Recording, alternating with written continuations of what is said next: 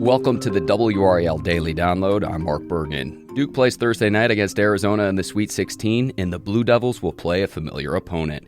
Arizona guard Caleb Love used to play at UNC. Love's 3 in the 2022 Final Four eliminated Duke from the tournament and ended Mike Krzyzewski's coaching career.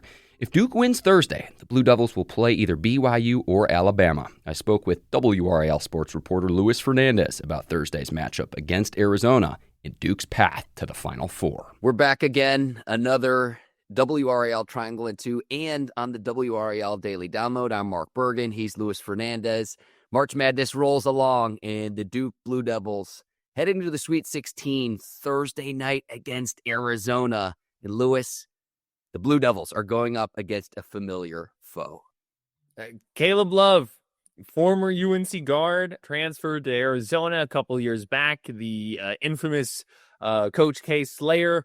You know, he made the go-ahead, dagger shot in the Final Four when UNC and Duke men's basketball faced each other. And then he played Duke next year in Cameron Indoor and won again there with the Wildcats after having a really good game. So everyone involved in the Duke program is very familiar with Caleb Love.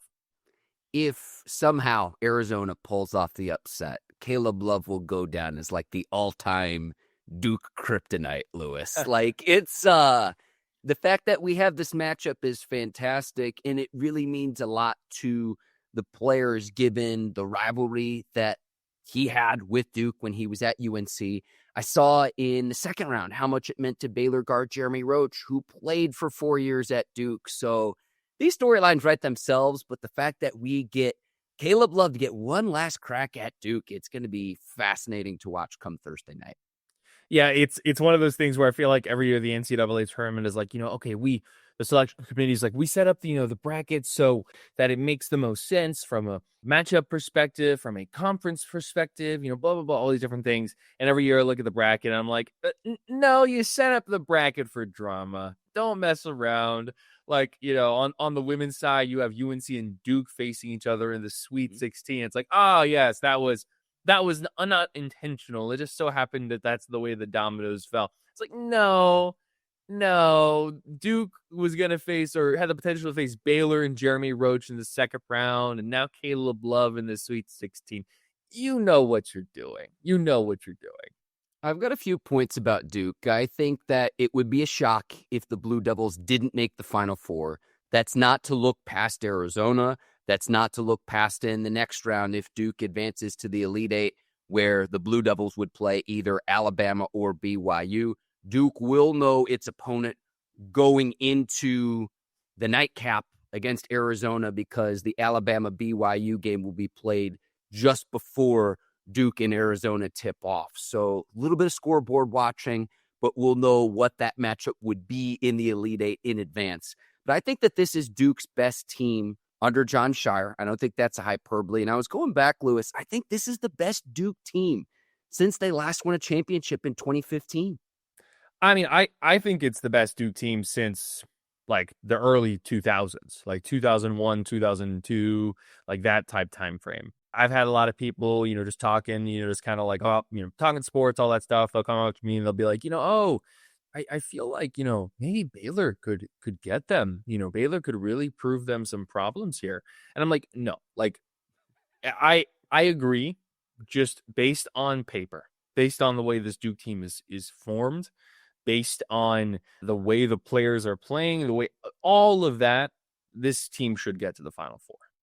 Obviously Arizona can match up against them very well. Of all the teams remaining, Arizona might be one of the better matchups to face Duke. And whoever comes out of the other part of the East region, Alabama or BYU, because of the pace of play, because of just how they are on offense, that could also create some very interesting conundrums for the Duke team to fight through. But Duke is the best team remaining. I know they're not the number one overall seed. They are the best team remaining. And so can they get to the Final Four? And you do that. Jon Scheyer becomes the second ACC coach now to be able to get to the Final Four. Currently, the active coaches, Hubert Davis did that. So yeah, it's going to be really fun to see how this unfolds over the next week, because I think we could be seeing some history with this Duke team. I want to bring it back to the ACC here in just a second, but if Duke beats Arizona, I'd imagine it would be Alabama. Alabama is the 2 seed in the East region.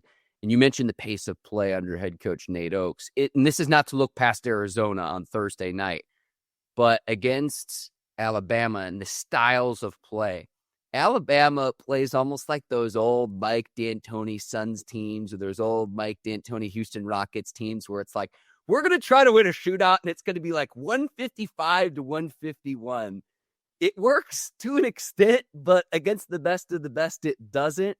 Unless somehow a team got really, really hot, I think this Duke team is just too talented and the defense is too talented. And that brings me to my next point, though, Lewis.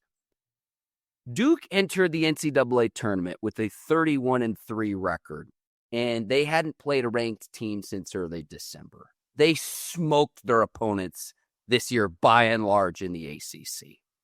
And they're entering this game 33-3, the lone ACC school left in the NCAA tournament. If we gave John Shire and the players truth serum and asked them being like, were you guys at all like Cooper Flagg gets his due and his recognition, and rightfully so. First team All-ACC. The fact that Duke didn't have a single other player on the ACC All-First team was wrong in retrospect. And I know Con Knipple showed it in the ACC tournament filling in for an injured Cooper Flagg. Tyrese Proctor, we'll get to him in a second, has shot the lights out through the first 2 games of the tournament and is playing with supreme confidence. I'm wondering if that motivated Duke a little bit to say, yes, Cooper Flagg is part of what our show is, but is not the totality of the Duke Blue Devils men's basketball team this season. I don't think it did. I don't think it served as a motivating factor, and let me tell you why. This Duke team, I've covered them all year, and the conversations with the players it's very much like they view themselves as pieces of the puzzle.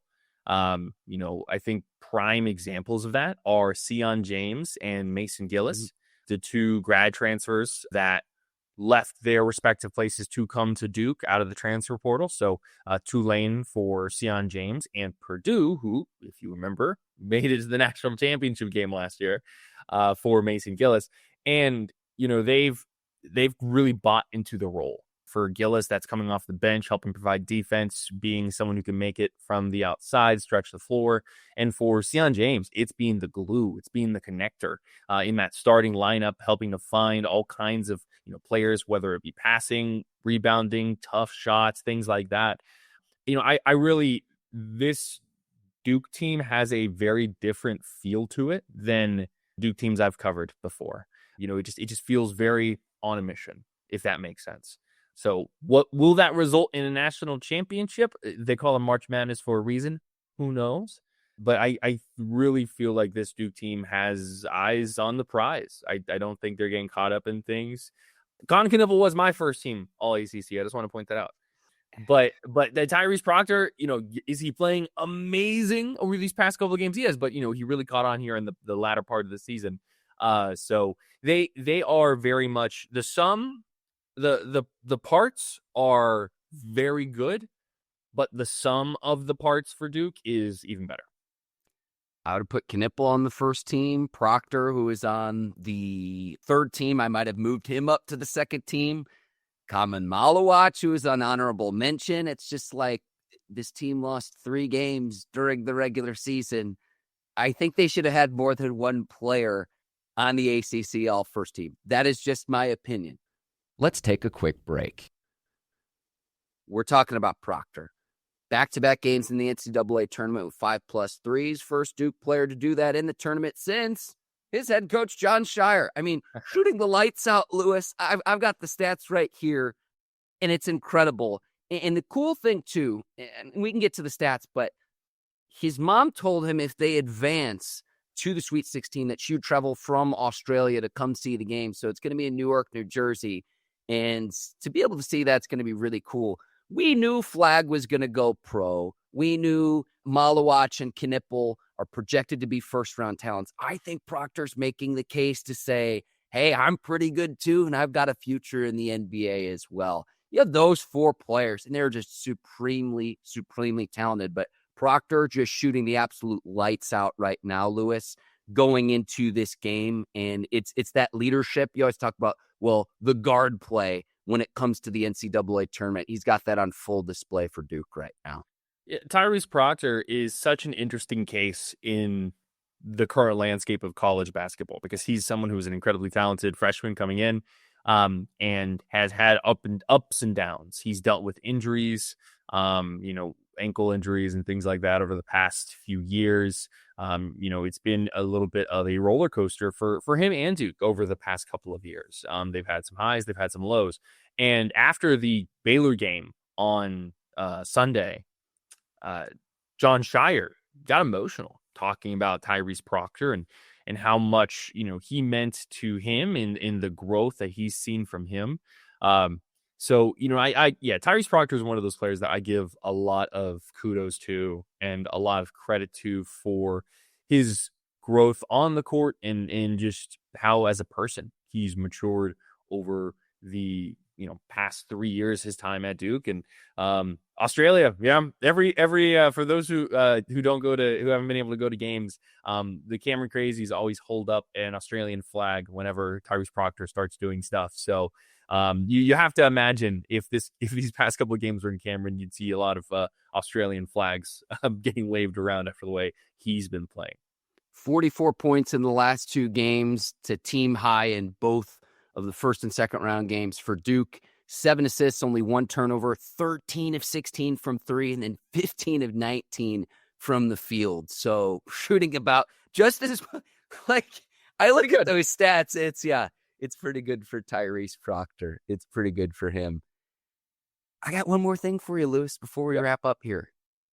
Do you think either Thursday night or if Duke wins, they'd play again on Saturday? Do you think we see the victory cigar, Spencer Hubbard for Duke, 5'8"? And let me say this too, scored a bucket in the tournament.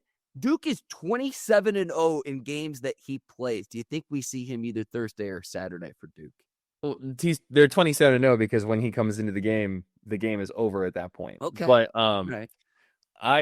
I don't know. These are 2 really good teams they could potentially face. One thing I will say, because we're working on a story right now on Spencer Hubbard. A lot of people with Spencer Hubbard, the walk-on, I think see that he is significantly shorter. He's the shortest person on the tallest team in the country. And I think they discredit that. Spencer Hubbard, you talk to the players in the locker room, and so many of them give credit to Spencer Hubbard for making their game better. Offensively, he's one of the better, kind of end of the bench offensive players you're going to see. Like, he scores consistently when he comes in, like you said. So a lot of Tyrese Proctor, we were just talking about him. He credits the work that Spencer Hubbard has done with him in practice as reasons why his defense has gotten better. So Spencer Hubbard, I think, is a really fun story. And one of these really great stories that you see during March Madness, a player who was a practice player and then a walk-on and has earned a scholarship. And so, I don't know. Spencer Hubbard's one of those exciting pieces. And I know if Spencer Hubbard, if there's a situation where Duke continues this run and they get to like a Final Four or something like that, and Spencer Hubbard gets minutes, every Duke fan in that stadium will lose their absolute minds.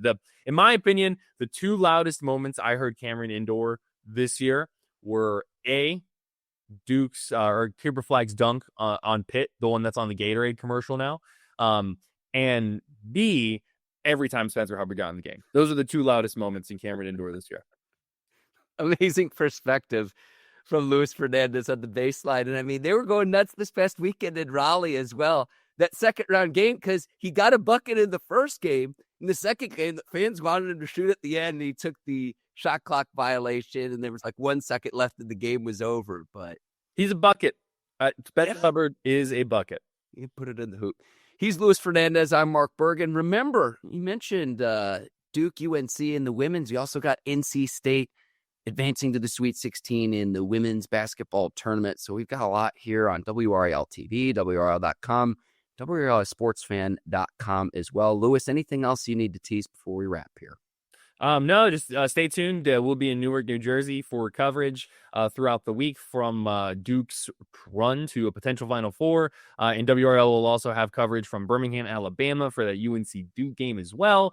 Don't forget on the women's side, and don't forget NC State, LSU in Spokane, Washington. That's going to be a really fun matchup. There are 32. I keep on doing this every round. There are 32 Division I men's and women's basketball teams still in the NCAA tournament. 4 of them are from the Triangle, for some perspective. Thank you to Luis Fernandez. If you've listened to this podcast on WRAL.com or the WRAL app, you can also find it in Apple Podcasts, Spotify, or anywhere you listen to podcasts. Follow the show so you don't miss an episode. I'm Mark Bergin. Thank you for listening.